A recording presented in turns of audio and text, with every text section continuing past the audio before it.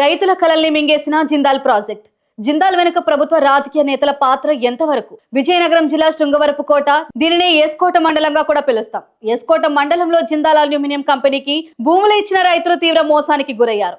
2007, 2008లో company చెప్పిన మాయ మాటలు నమ్మి సుమారు 1166 ఎకరాల సస్యశ్యామల భూములను గ్రామీణ గిరిజన రైతులు త్యాగం చేశారు. ఉద్యోగాలు వస్తాయని, పరిశ్రమ ఏర్పాటు అవుతుందని, కంపెనీ షేర్లు ఇస్తామని చెప్పి అప్పటి ప్రభుత్వ అధికారులు, సంస్థ ప్రతినిధులు రైతుల నుంచి భూములు తీసుకున్నారు. కానీ ఇప్పుడు దాదాపు 17 ఏళ్లు గడిచినా ఒక్క ఇటుక కూడా వేసిన దాఖలాలు లేవు. పైగా ఇప్పుడు ఆ భూములను అదానీ, అంబానీలకు అధిక ధరలకు అమ్ముకునే ఆలోచనలో ఉన్నారు. అప్పట్లో భూములు ఇచ్చిన రైతులకు ఎకరానికి 2,500,000 చొప్పున నష్టపరిహారం ఇచ్చారు. ప్రస్తుతం ఆ భూములకు కోట్ల విలువ ఉన్న రైతుల పొందిన మొత్తం మాత్రం నామమాత్రమే. ఈ పరిస్థితుల్లో బొడ్డవర గ్రామాల రైతులు తమ భూముల్లో తిరిగి పంటల సాగు మొదలు పెట్టే ప్రయత్నం చేస్తున్నారు. హ్యూమన్ రైట్స్ ఫోరం వంటి పౌర హక్కుల సంఘాలు ఈ ఉద్యమానికి అండగా నిలుస్తున్నాయి. 2007లో జిందాల్ కు కేటాయించిన భూమిని రద్దు చేయాలని, భూమిని మళ్లీ స్థానిక నిరుపేద రైతులకు పంచాలని డిమాండ్ చేస్తున్నారు. ఈ నేపథ్యంలో అప్పట్లో భూములిచ్చే విధంగా రైతులకు ఒప్పించిన ఎమ్మెల్సీ ఇందుకూరి రఘురాజ్ పై కూడా విమర్శలు వెల్లువెత్తుతున్నాయి. మీరు చెప్పిన మాట నమ్మి